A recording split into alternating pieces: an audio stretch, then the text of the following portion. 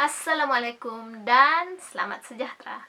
Hari ini saya sebagai guru kaunseling SK Ladang Sanda ingin berkongsikan tentang program hashtag 3E. Tajuk kedua yaitu untuk bulan Februari yaitu komunikasi berkesan. Oke, jom kita tengok. Komunikasi ini ialah suatu penyampaian atau pemindahan message daripada seorang kepada seseorang yang lain. Dan proses individu berkongsi dan bertukar-tukar pendapat atau pemikiran. Asas kepada hubungan interpersonal. Oke, 3 tuh. Lepas tu, asas untuk hubungan interpersonal. Hubungan interpersonal ni adalah hubungan antara manusia ataupun orang dengan orang yang lain. Hubungan intrapersonal pula adalah hubungan antara orang dengan diri dia sendiri. Oke, itu beza dia. Dan bila kita berinteraksi dengan orang, antara seseorang nih dengan seseorang yang lain ataupun ada banyak interaksi itu tidak akan berlaku secara satu hala. Kalau satu hala tuh maksudnya bagus dapat berinteraksi lah. Sebab komunikasi yang berkesan adalah apabila orang yang bercakap tuh apa yang dia coba sampaikan orang tuh faham dan orang tuh boleh reply balik macam tuh. Kalau kita sekadar contoh kita yang sejak bercakap kita nak mau dengar apa orang lain cakap, apa orang lain punya pendapat, itu bukan komunikasi yang berkesan. Oke? Dan jenis komunikasi ada 2. Lisan dan bukan lisan. Lisan macam biasa, macam yang saya bercakap nih sekarang, itu lisan. Dia perlu ada suara, perlu ada nada, perlu ada kelajuan. Ada orang cakap slow, ada orang cakap saya sebenarnya gini. Ada orang cakap maka dengan itu. Ada orang cakap kuat, lantang. Oke. Itu adalah komunikasi lisan. Dan komunikasi lisan ini boleh juga dalam telepon ataupun berhadapan, bersemuka, atau melalui penulisan. Penulisan pun boleh. Contoh kita buat surat. Kehadapan Sipolan bin Sipolan. Macam tu. We put our thought, kita letak kita punya pemikiran, pendapat, perasaan into the penulisan. Okay. Contoh, komunikasi bukan lisan ni pula adalah yang macam saya buat sekarang. Okay. Gitu. Pergerakan, tingkah laku, reaksi muka.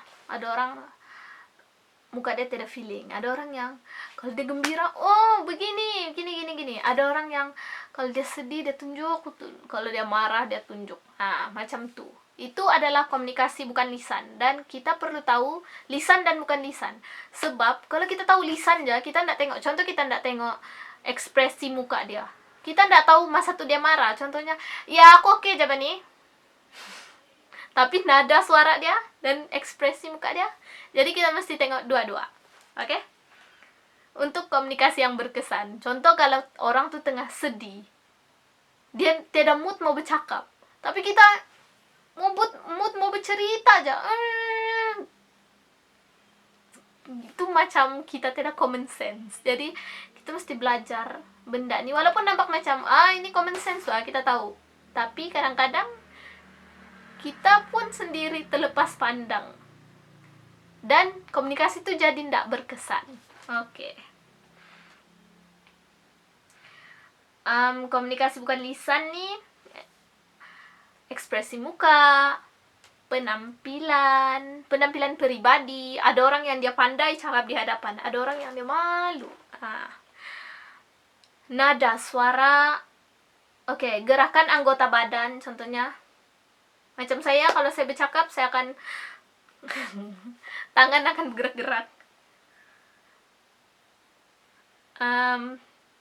Pergerakan kaki, mimik muka, kita pergi ke seterusnya. Ada beberapa jenis gangguan dalam komunikasi. Contohnya, bahasa yang kurang jelas. Kalau kita berlainan bahasa, contohnya bahasa Inggris dengan bahasa Melayu. Satu cakap English, satu cakap Melayu. Tapi yang dua-dua nih tidak paham. Contoh, yang cakap English nih tahu English ya, dia tidak tahu Melayu. Cakap Melayu nih tahu Melayu aja, tidak tahu English. Jadi komunikasi tidak berkesan. Latar belakang pendengar dan penerima message.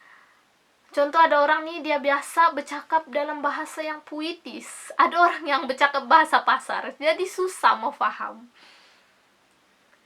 Kemudian persekitaran. Persekitaran pun, kalau persekitaran tuh tenang, kalau persekitaran tuh tidak bising, dia akan melancarkan lagi komunikasi itu. Tapi kalau bising, tidak dengar lagi, macam mana mau lancar? Kesesuaian masa. Kalau orang tuh tengah rushing, dia ada urusan lain nih, jadi dia tidak dengar pun apa kamu cakap. Jadi komunikasi itu tidak berkesan sebab satu hal aja gitu. Emosi penerima. Oke, ini yang kita mesti tengok daripada air muka dia. Kalau dia tengah emosi pasal itu, dia tengah sedih ataupun dia tengah marah, komunikasi yang bertubi-tubi, yang kita mau bagi arahan yang banyak-banyak tidak akan berkesan. Ataupun kita mau bagi pesan, nanti tolong buat gini, beli ini, memang melayang lah otak dia masa itu kan. Dan cara penyampaian yang kurang jelas. Juga sikap pemberi atau penerima message. Sikap nih maksudnya kalau dia tidak mau terima, dalam otak dia sudah set, aku tidak mau dengar apa dia cakap nih. Tidak akan masuk apa yang didengar tuh, masuk telinga kanan keluar telinga kiri. Begitulah, itulah halangan dan gangguan dalam komunikasi. Ada dua jenis gaya komunikasi, yaitu formal dan tidak formal. Dan juga ada orang jenis yang dia lembut dalam percakapan dia, ada orang jenis yang dia kasar dalam percakapan dia, ada yang jenis lantang. Jadi kita mesti pandai berkomunikasi ikut situasi. Nah kan kita mau cakap dengan, contoh kita cakap dengan ibu bapak kita, lantang, kuat, enggak kan? Macam itulah. Kena pandai sesuaikan dengan persekitaran. Dan ada dua kemahiran yang kita perlu kuasai untuk komunikasi yang berkesan, yaitu kemahiran melayan dan kemahiran mendengar.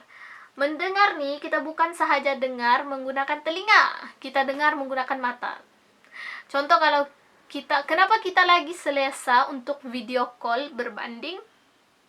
Kalau kita contohnya kita mau, lama sudah aku tidak bercakap dengan kawan aku nih, jadi kita mau video call. Kenapa kita lagi selesa video call berbanding call begitu saja? Sebab kita mau tengok ekspresi muka dia, kita lama tidak tengok dia, macam tuh. Oke? Jadi itulah kemahiran mendengar tuh, kita tengok daripada mata pun kita boleh tengok dia punya yang bukan lisan. Yang lisan kita dengar guna telinga. Dan kemahiran melayani maksudnya bukannya yang macam waiter, bukan. Kemahiran melayani maksudnya kalau orang bercakap dengan kita, kita dengar, satu, itu melayan sudah. Kedua, kalau orang bercakap dengan kita, kita betul-betul memberi perhatian. Contohnya, kita tidak buat benda lain, kita tidak buka handphone, scroll handphone, kita bawa orang bercerita, contohnya one on one, tapi kita scroll handphone saja. Maksudnya komunikasi tidak berkesan.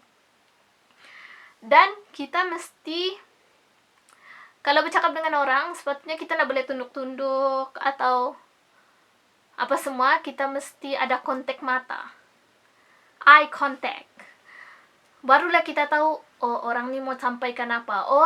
Dia sekarang nih dia serius, dia mau beritahu aku benda yang serius. Begitu. Dan kalau kita suka dengan apa yang dia cakap dan berminat untuk dengar, kita akan, kalau kita perasan lah, kalau kita suka bercerita dengan orang tuh kan, kita akan lean ke depan sedikit, kita punya posture badan untuk dengar apa dia cakap. Oh iya, gini. Kalau kita tidak berminat, kita begini. Oke. dan kita silak kaki contohnya. Nah, itu antara body language ataupun apa namanya, bahasa tubuh yang kita boleh baca kalau orang tuh berminat dengar apa yang kita cakap atau tidak. Dan kena relax, jangan nervous kalau bercakap dengan orang, relax. Dan kalau kita bercakap dengan orang, kita tengoklah orang tuh, eye contact tadi kan, sebab macam lucu juga lah kan kalau contoh orang tuh di sini tapi kita tengok sana terus kita bercakap sama dia, wih kau, kita macam temenung, macam tak bercakap dengan dia, dia pun macam, kau bercakap dengan aku kah? Begitu. Oke.